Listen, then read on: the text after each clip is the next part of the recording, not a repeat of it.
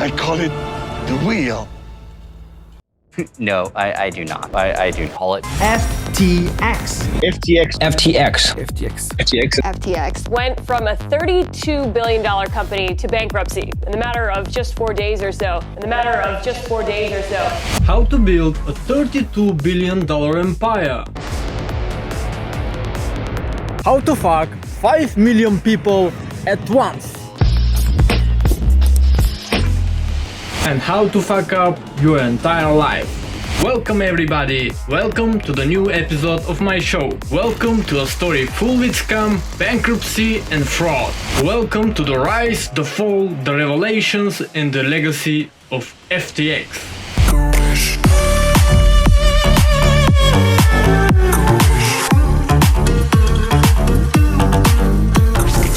Sam Bankman-Fried, remember that name. Okay, the guy you see next to me is the most generous billionaire in the world. Hi, my name is Sam, and this is my story. Sam has crazy hair. Sam is 29 years old only. Sam lives in the Bahamas with 10 roommates, but Sam has $22 billion. But how he got there? Samuel Bankman-Fried, also known as SBF, was born and raised by academic parents. He followed the same path as them and graduated from MIT with a degree in physics and mathematics. His work career started with Jane Street Capital, where he was trading international ETFs and making pretty good money. But yet, he wanted more. Unluckily for him, Bitcoin was on the rise. Thanks to it, our son boy discovered his money printer, called arbitrage trading. So, Bitcoin is trading at $10,000 on a US exchange, $11,000 on a Japanese exchange. You take 10 million, you buy at 10,000, you sell at 11,000, you make $1 million, and we were able to do that every weekday.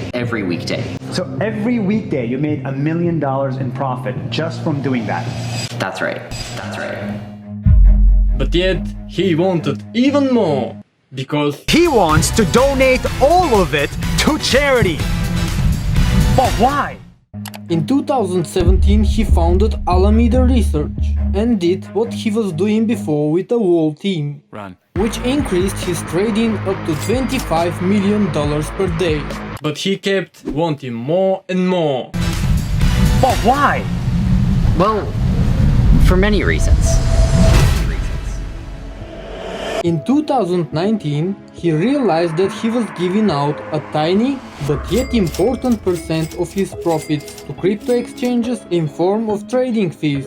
To avoid that, he decided to found his own exchange.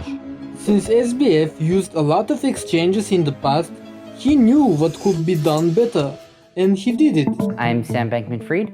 I'm the CEO and co-founder of FTX. FTX was a shining star, and Binance, the biggest cryptocurrency exchange at the time, didn't miss it. The CEO of Binance, CZ, supported FTX by buying 20% of the company, which boosted FTX even more. In 2021, Sam Bankman-Fried moved FTX to the Bahamas, where basically he ran the company from his penthouse where he was living with 10 roommates. This group of young ambitious degens took over the world completely. FTX became the second biggest cryptocurrency exchange by volume, and it was absolutely everywhere. Come on, get that money.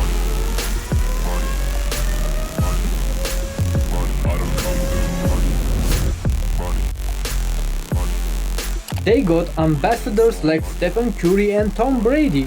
They bought and renamed Miami Heat Arena to FTX Arena. They sponsored Mercedes in F1. They bailed out failed crypto companies like Voyager and BlockFi. They were like fucking Jesus, man. They became the second biggest donor of Joe Biden's election campaign. They donated 1% of their revenue to charity. They even ran a Super Bowl commercial in 2022 with Larry David. No king! Gentlemen, have you taken leave of your senses? The people shall have the right to vote, even the stupid ones? Yes! Is SBF the next JP Morgan? Is SBF the next Warren Buffett? The questions were rhetorical. SBF was the best.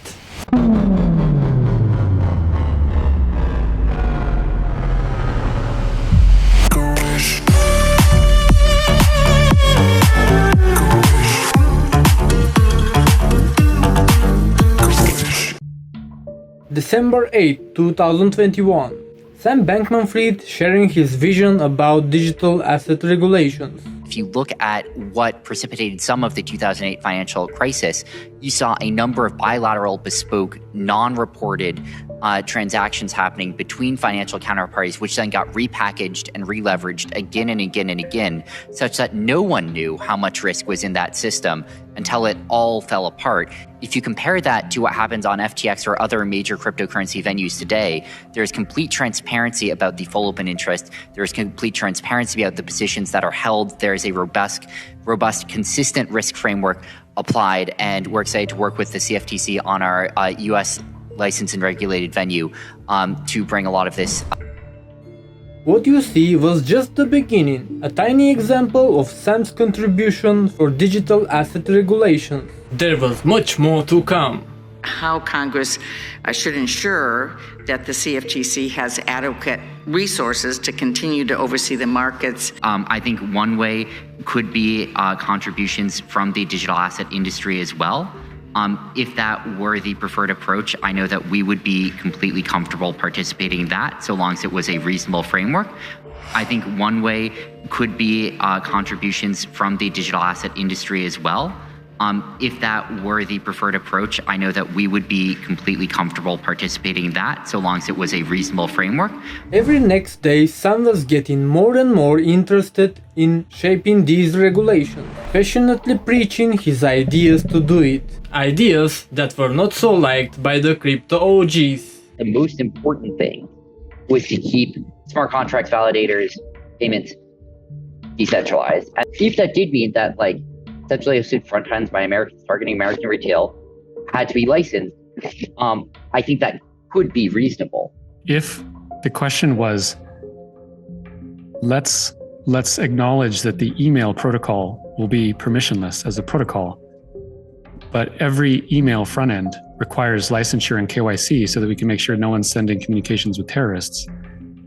Where would your position on that question be?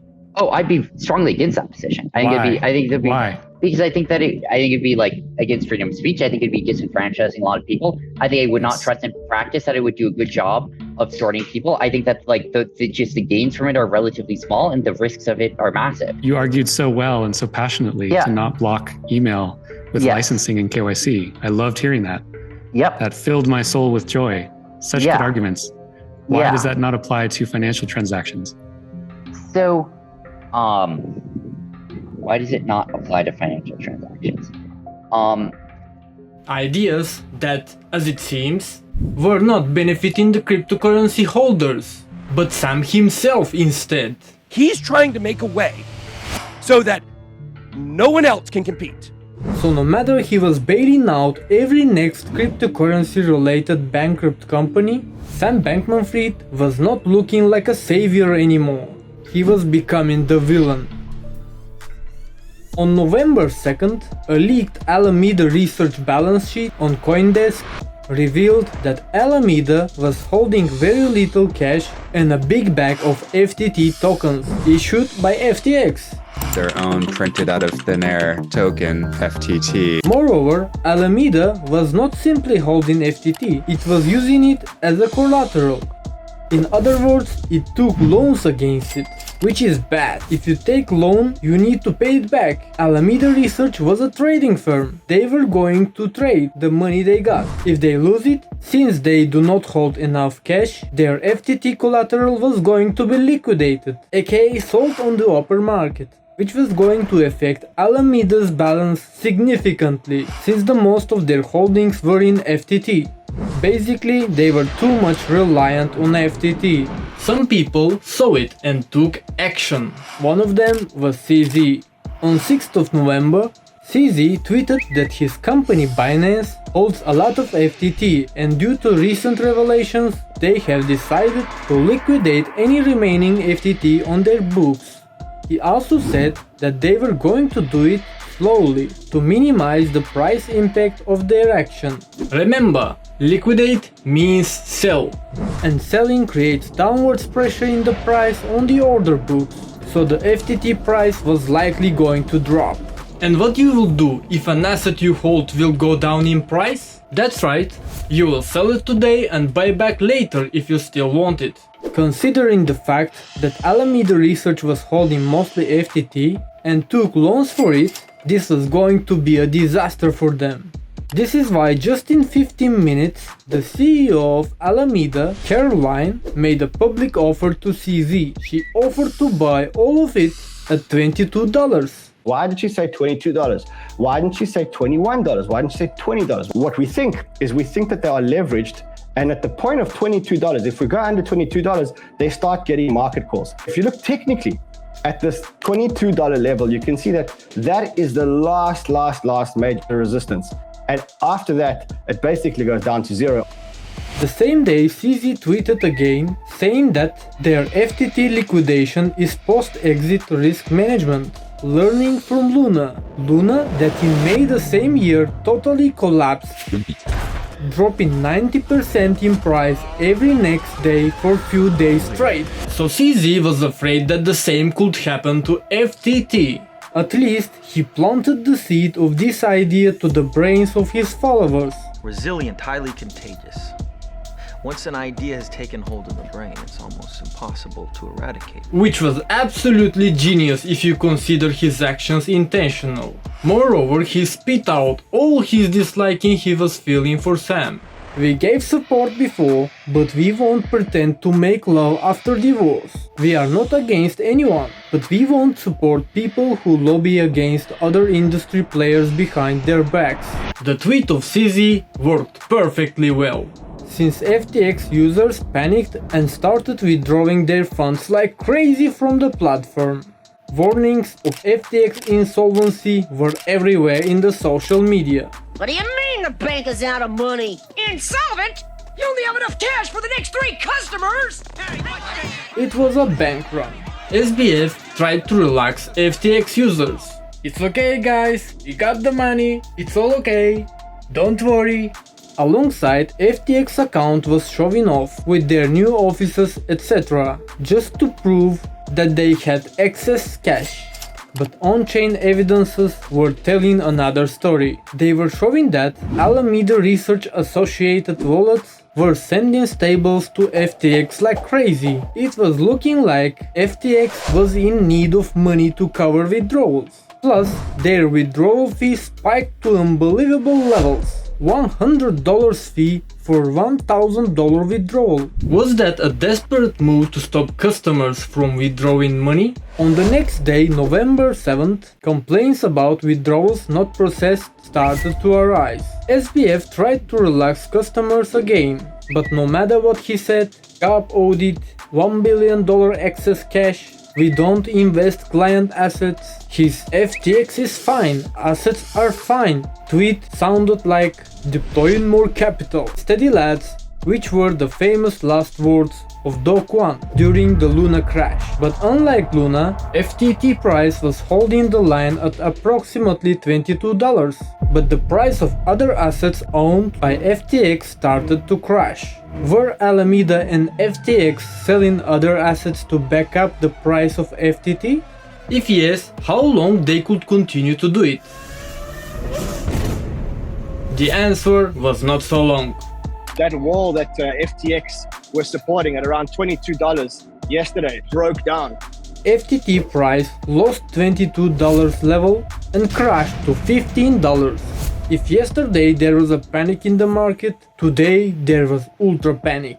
And on 8th of November, this happened. As I said, it does give you... Okay, so apparently SBF just tweeted, hey, I have a few announcements to make. Things have come full circle and FTX first and last investors are the same. We have an agreement on a strategic transaction with Binance. Wow, okay, this is huge. This is huge. It looks like CZ may have attacked FTX to actually bail them out. Wow, our teams are working on clearing out the withdrawal backlog. This will clear out liquidity crunches. all assets will be covered one-to-one. This afternoon, FTX asked for our help.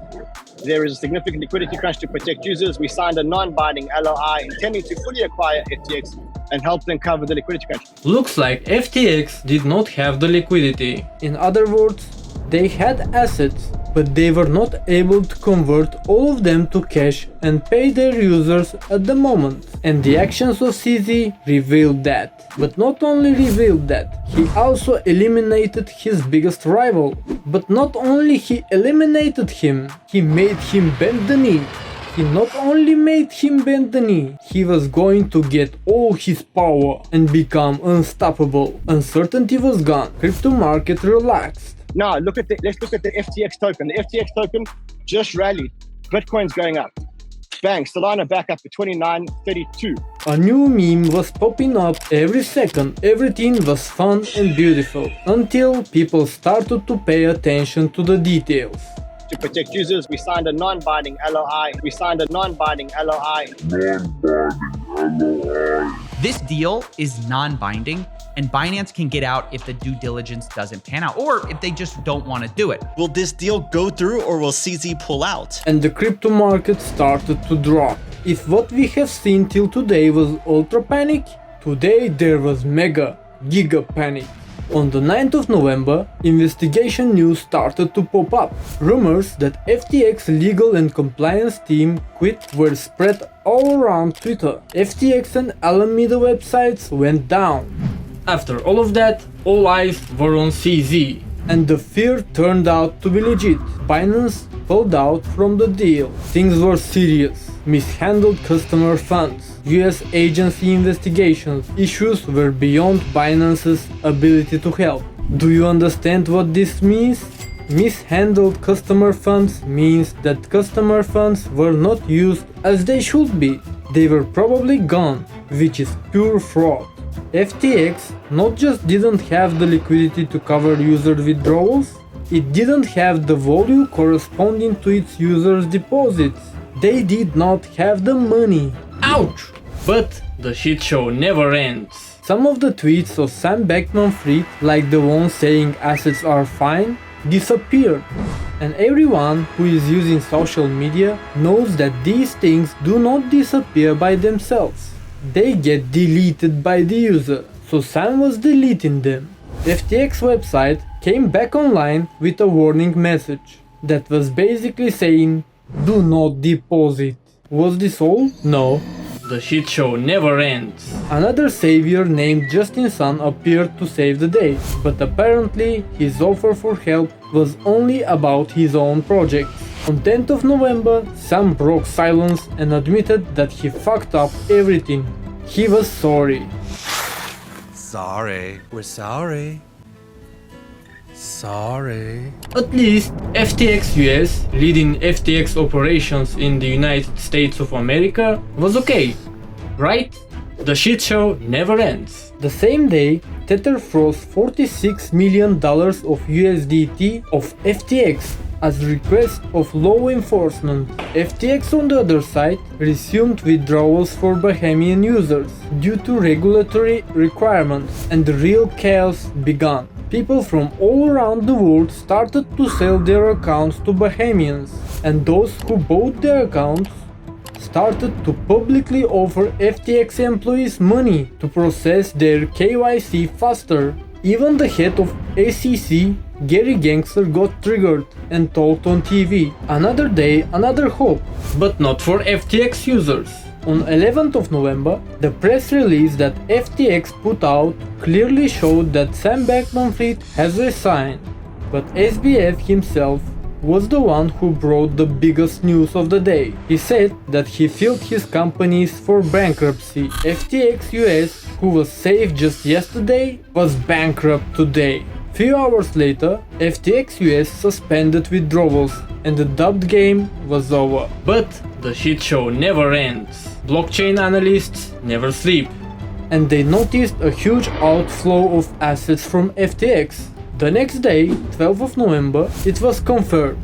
The suspicious outflow was hacked. The same day, Bahamas regulators announced that they did not tell FTX to open withdrawals for Bahamian users. So this decision was taken freely by FTX, probably to take out their own funds, to escape with their customers' funds. Everyone was looking at SBF. Meanwhile, he went silent and 3 days later started to share mysterious cryptic messages. What the fuck? What happened? How the fuck? All that happened?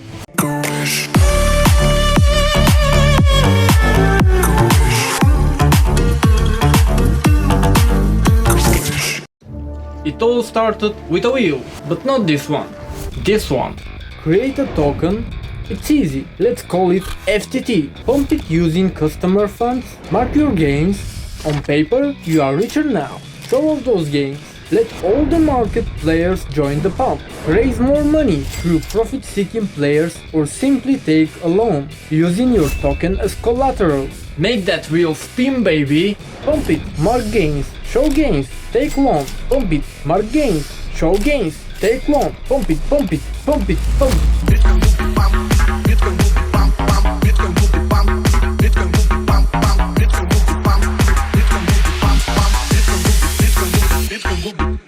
FTT from $3 to $77.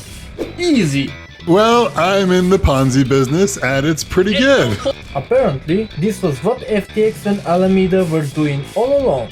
Every time they needed more money, FTX was giving Alameda FTT. Alameda was borrowing stables from other market players and returning them to FTX. FTX was pumping FTT and the cycle was repeating. This is how Alameda ended up with such a big amount of FTT, 5.8 billion FTT. This was 180% of the total circulating supply reported to the moment of the leak. So now you understand why this leak was such an important event that uncovered the scheme that was going on, and CZ could not remain indifferent to it.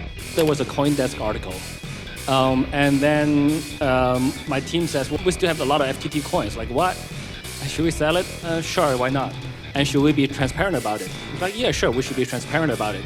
24 hours later, Sam calls me and says, hey, CZ, can we talk? He just said, look, we have much bigger troubles. Another proof that FTX was a get-rich-quick scheme is this picture, which is from an investment pitch deck of FTX from 2019. 15% return for investments of 50 million or more, even more, high returns with no risk, but no one says where the returns come from. Because they come from the investors that will join later on. Pure Ponzi. Of course, these things were not so obvious at first look. Who cares who is the CEO of Alameda if their results are mind-blowing? This is the CEO, 20 years old Caroline. Being comfortable with risk is very important. We tend not to have things like stop losses. I think those aren't necessarily a great risk management tool. Yeah, absolutely could pull it off without my math degree. Use very little math. Use a lot of like elementary school math. I'm trying to think of a good example of a trade where I've lost a ton of money. Well, I don't know. I probably don't want to go into specifics too much with that. Well, now she doesn't need to share a trade that she made a huge loss. We all know it. Signs were there, just almost no one paid attention. Well, like, what's the point? Like, why would you want to trade on a DEX? You can just trade on FTX or whatever. Well, decentralized exchanges do not steal customer funds, darling. Darling? By the way, later on, it was revealed that Caroline was the darling of Sam. They had a romantic relationship in the past, so the guy was giving out millions and billions of customer funds to his ex-girlfriend to play with. The guy you see next to me is the most generous billionaire in the world! What a generous man. But not only them, it turned out that some of the FTX employees on higher roles were involved in romantic relationships too, and they were living together in Sam's penthouse. It seems like they were having fun making orgies with customer funds. But some people were aware what was going on FTX and wanted to warn everyone. I went to Bloomberg with my pal who I was working on this thing with. They had everything. They had everything. They also said, but I didn't want anyone fired. I didn't want anyone fired, so I didn't give them this. They said it was bad for business, i.e. advertising. Scam Bankman, Sam Bankruptcy, Sam Bankman fraud. Oh fuck. Scam Bankruptcy fraud was so rich and powerful that no media wanted to mess with him. If you look at what precipitated some of the 2008 financial crisis, you saw a number of bilateral, bespoke, non-reported transactions happening between financial counterparties, which then got repackaged and re-leveraged again and again and again, such that no one knew how much risk was in that system until it all fell apart. If you compare that to what happens on FTX or other major cryptocurrency venues today, there's complete transparency about the full open interest. There's complete transparency about the positions that are held. Well, that did not age well. There is a robust, consistent risk framework applied. Well, that did not age well. We don't invest client assets. FTX is fine. Assets are fine. Well, that did not age well. Some crypto exchanges are already secretly insolvent. That aged well. Do you remember these cryptic tweets? Holy hell.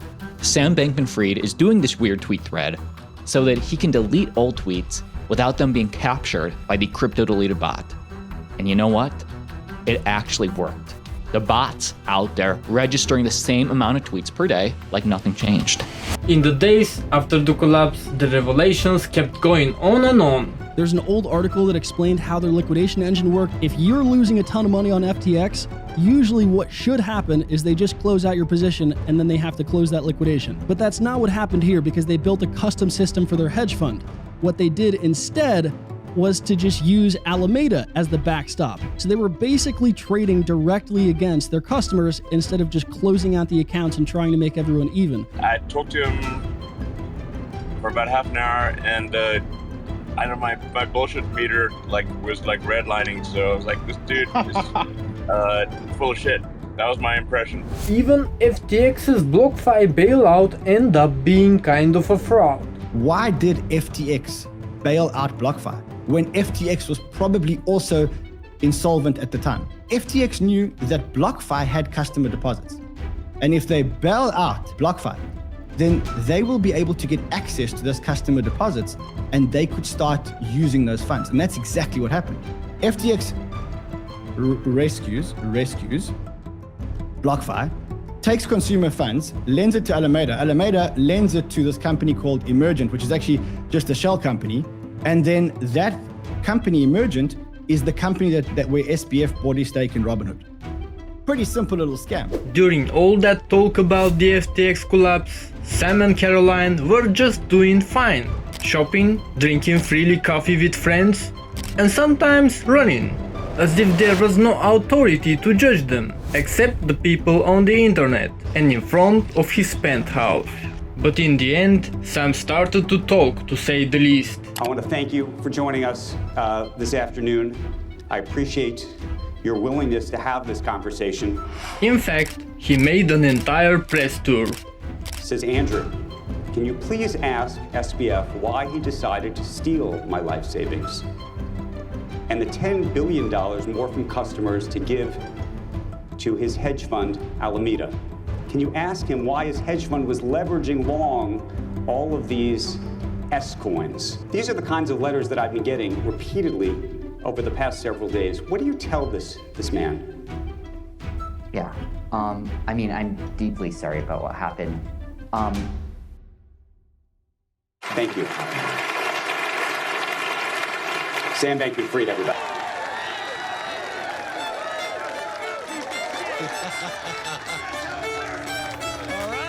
He admitted that he allowed withdrawals for Bahamian users to save his ass. Withdrawals were opened first to citizens of Bahamas, yes. Bahamas. Yes, and then the regulators or securities said that that was not approved. Yeah, the reason I did it was critical to the exchange being able to have a future, because that's where I am right now. And you do not want to be in the country with a lot of angry people in it. You do not want to be in the country with a lot of angry people in it. He accepted that he has done a lot of mistakes, but he did not admit committing a fraud. And again, he tried to avoid giving real answers by bullshitting. were you kind of deliberately misleading people there? So, what I can say is I was just thinking about them in terms of, well, their market price was just whatever their market price was at the time, and obviously, I was cognizant of the fact that, you can't, the market price isn't necessarily, is never, what you could. Have you ever had a dream that you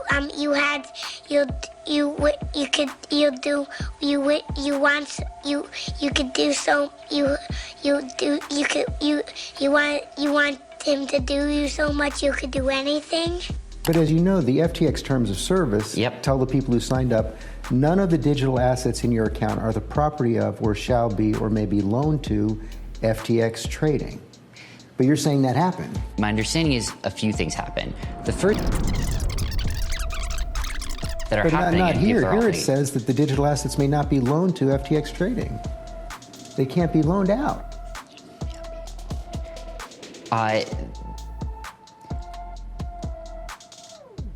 What they're trying to do is they're trying to paint a picture that it was not theft, it was not fraud.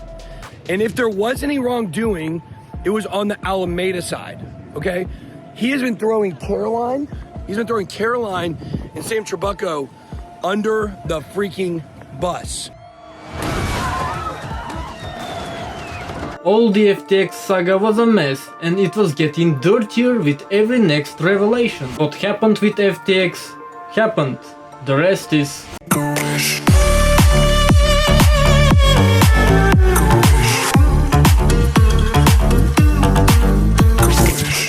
I don't think I give a shit about my legacy. That's not what matters. What matters is... I wanted to get rich. Well, he did.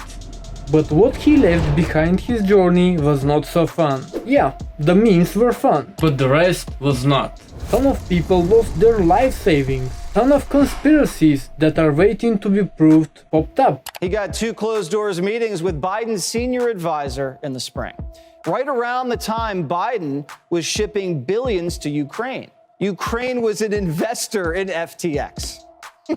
You may be asking, why is a country in the middle of a war investing in crypto? Well, when Democrats are sending you billions of dollars of weaponry, the least you could do is reward their favorite mega donor. And what did FTX do with the money Ukraine invested? Well, they plowed it right back into the Democratic Party. Democrats send money to Ukraine, Ukraine sends money to FTX, and FTX sends money to the Democrats' campaigns. Now, I don't know if this is war profiteering or money laundering. I don't even know, but it needs to be investigated. People want to say this is an accident. No, Gary Gensler and Sam were meeting. We were having meetings all the way up until the crash. You're telling me that the head of the SEC, the top regulator in the space, was unaware and just completely fooled by this dumb 20-year-old. You have Sam Bankman-Fried, who's the CEO of FTX. He's an MIT graduate, okay? Gary Gensler, head of SEC, former professor of MIT, all right? So they have connection there, but this gets better. Glenn Ellison, professor of economics, MIT, former boss of Gary Gensler, all right? So these guys know each other very well. And then his daughter, who is Caroline Ellison, CEO of Alameda, right? Which, you know, Sam Bankman, Caroline, these two are intertwined like that. Dated Bankman-Fried and is the daughter of Glenn Ellison. Now look at that connection there. WikiLeaks released an FBI doc outlining symbolism, and the B logo is eerily reminiscent of Alameda Research's logo. But then they suddenly got hacked, and it also seems like pretty convenient timing for Sam, who has suddenly become unresponsive, eager to make it Sam or Caroline or even their CTO, Gary. Some people used the GitHub activity of Gary Wang to show that he did an unusual number of commits to his GitHub repo, basically saying he might have set up this sudden hack. A lot of puff piece articles were written that were representing all what happened as a failure, and Sam was a victim of the market. Victim? You see, 0 times in this interview with Sam Bankman-Fried did they ask about fraud, did they ask about crime, or mention the words Illiquid, stolen, criminal, hidden, backdoor, nothing like this was asked of Sam. Why is the media being very friendly to SBF? It's very simple. Because SBF is the second biggest donor to the Democrats. $40 million out of your money, if you had money in FTX, was given to Democrats while he was going insolvent.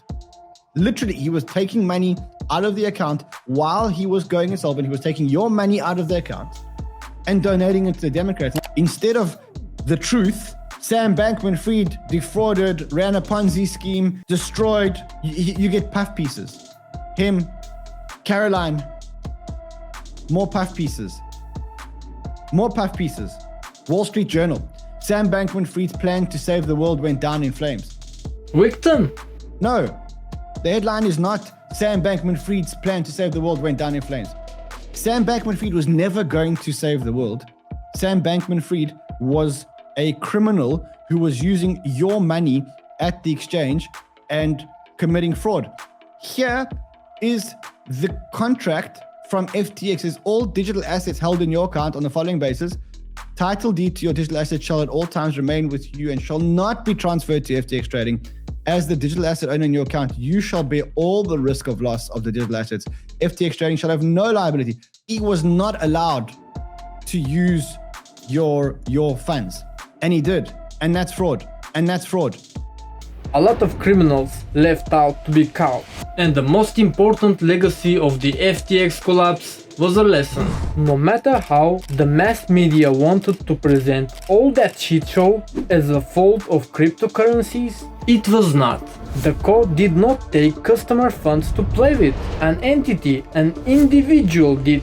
Blockchain provides transparency. FTX, the company, was not transparent. With crypto, you can spend only what you have. But FTX was not running as a cryptocurrency protocol, but as a bank.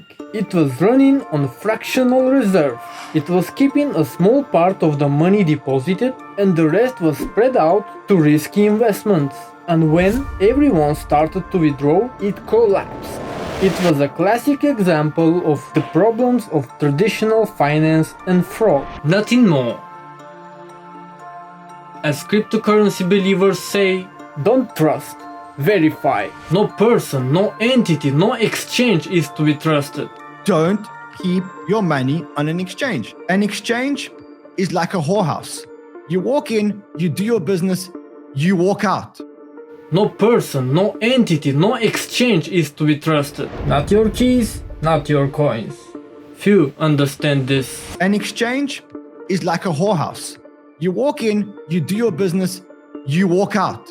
You walk out.